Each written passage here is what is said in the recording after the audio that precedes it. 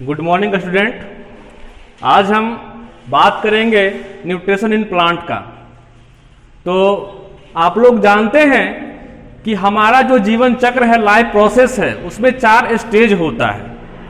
पहला होता है न्यूट्रिशन, दूसरा होता है रिस्पिरेशन, तीसरा होता है ट्रांसपोर्टेशन और चौथा होता है एक्सक्रिएशन। तो अभी हम बात करेंगे न्यूट्रिशन इन प्लांट का। तो न्यूट्रिशन मतलब कि पोषण। ये पोषण क्या है? हम जो जीव है, ऑर्गेनिज्म है, जो हम जीवित रहते हैं, हमें जीने के लिए क्या चाहिए होती है? एनर्जी चाहिए होती है, जो कि हम बाहर से ऑब्जर्व करते हैं, चाहे वो पादप हो या जंतु हो, एनिमल हो या प्लांट हो। तो हम अभी बात कर रहे हैं न्यूट्रिशन इन प्लांट का। तो प्लांट अपना न्यूट्रिशन कैसे करते हैं? तो कहने का मतलब है the process of utilization of food. मतलब क्या? जो प्रोसेस होता है फूड को यूटिलाइज करने का, यानी हम जो फूड ऑब्जर्व करते हैं अपने एनर्जी के लिए, उसे हम क्या कहेंगे? न्यूट्रिशन। यानी प्लांट्स जो अपने जो है न्यूट्रिशन के लिए, अपने जो है ग्रोथ के लिए जो एनर्जी ऑब्जर्व करता है, उसे हम कहते हैं न्यूट्रिशन। तो अब ये न्यूट्रिशन क्या है वो हम समझ चुके हैं। तो अब हम प्लांट की बात करते हैं। तो प्लांट 2 प्रकार की होती है। पहला क्या होता है? तो ऑटोट्रॉफिक और दूसरा होता है हेटेरोट्रॉफिक।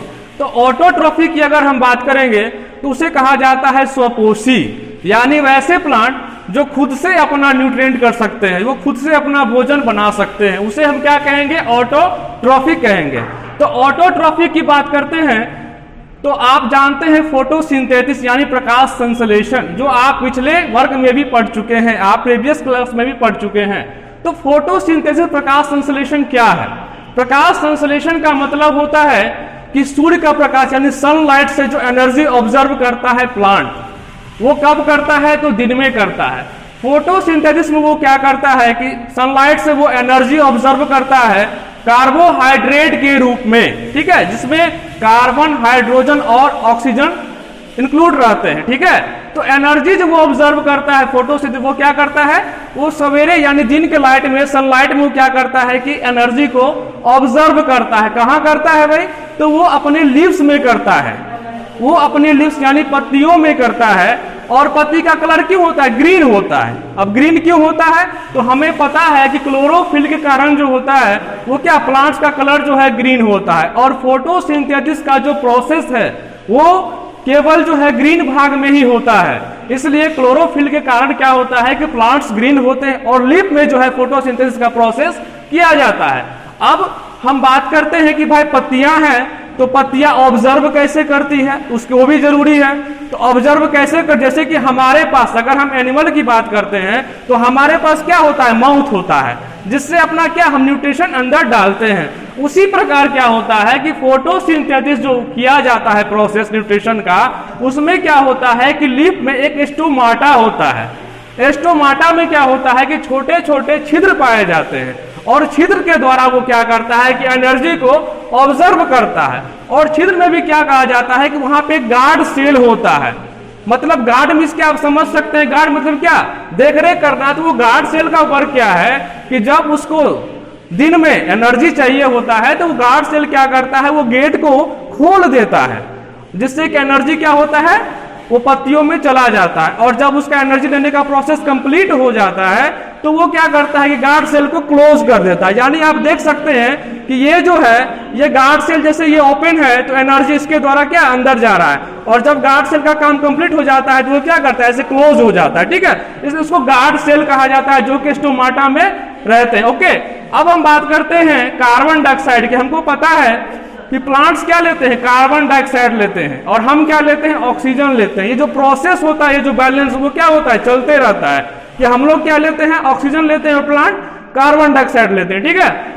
क्लोरोफिल, मैंने आपको बताया कि क्लोरोफिल क्या है, कि क्लोरोफिल जो होता है उसके कारण क्या, पत्तियों का रंग हरा होता है, जिसकी वजह से वो क्या, ग्रीन भाग में ये जो प्रोसेस होता है न्यूट्रिशन का, ये जो फोटोसिंथेसिस का प्रोसेस है, ये प्रोसेस केवल ग्रीन भाग में ही किया जाता है, ठीक है। अब बात करते हैं सनलाइट। तो सनलाइट कब होता है? दिन में होता है।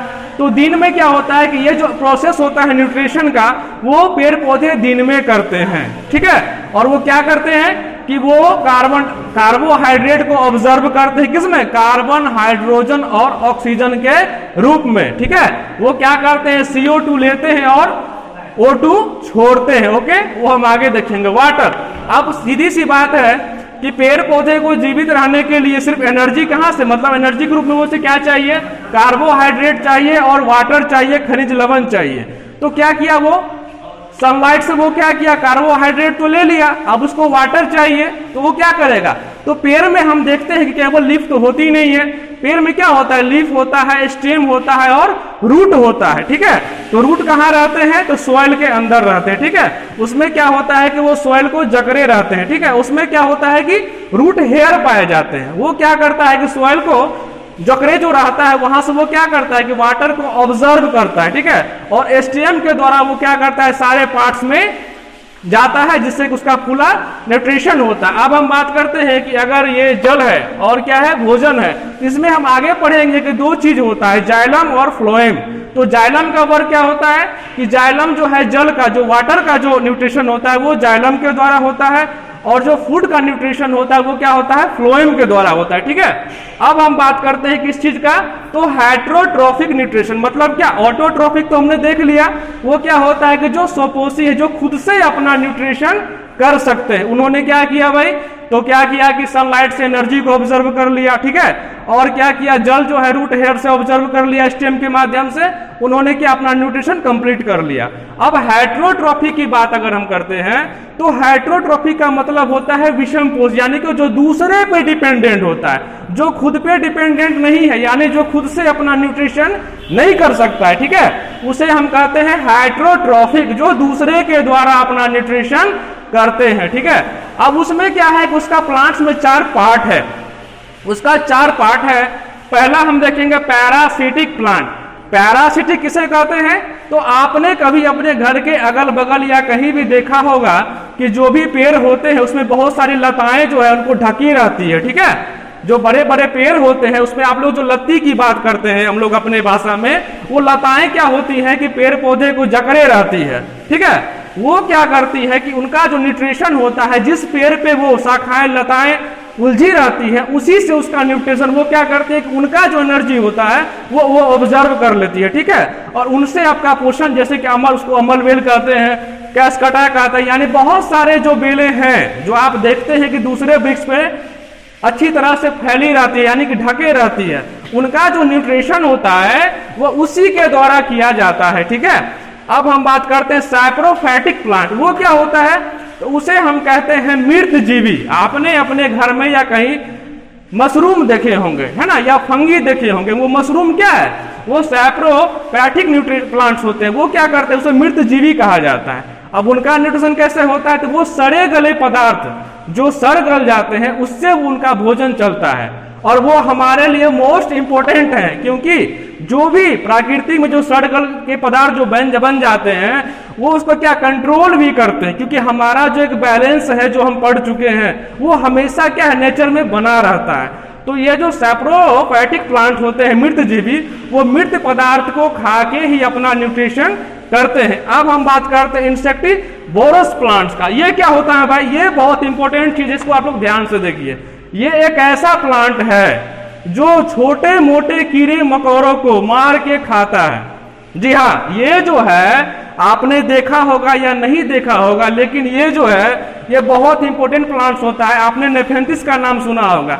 इसका आकार होता है घड़े के समान, उसमें क्या एक ढक्कन लगी रहती है, और वो क्या करता है? छोटे मोटे कीड़े मकोड़े या जो चूहे होते हैं उसे आकर्षित करके ये क्या करता है? उसको ऑब्जर्व करके उसको उसका ढक्कन वो क्लोज कर देता है और उसे वो मार के खा जाता है। तो ये दूसरे छोटे मोटे कीड़े मकोड़ों को ही मार के खाता है, इसलिए इसके इंसेक्टिवोरस प्लांट कहते हैं। अब सिम्बायोटिक प्लांट्स की बात अगर हम करेंगे तो वो क्या है?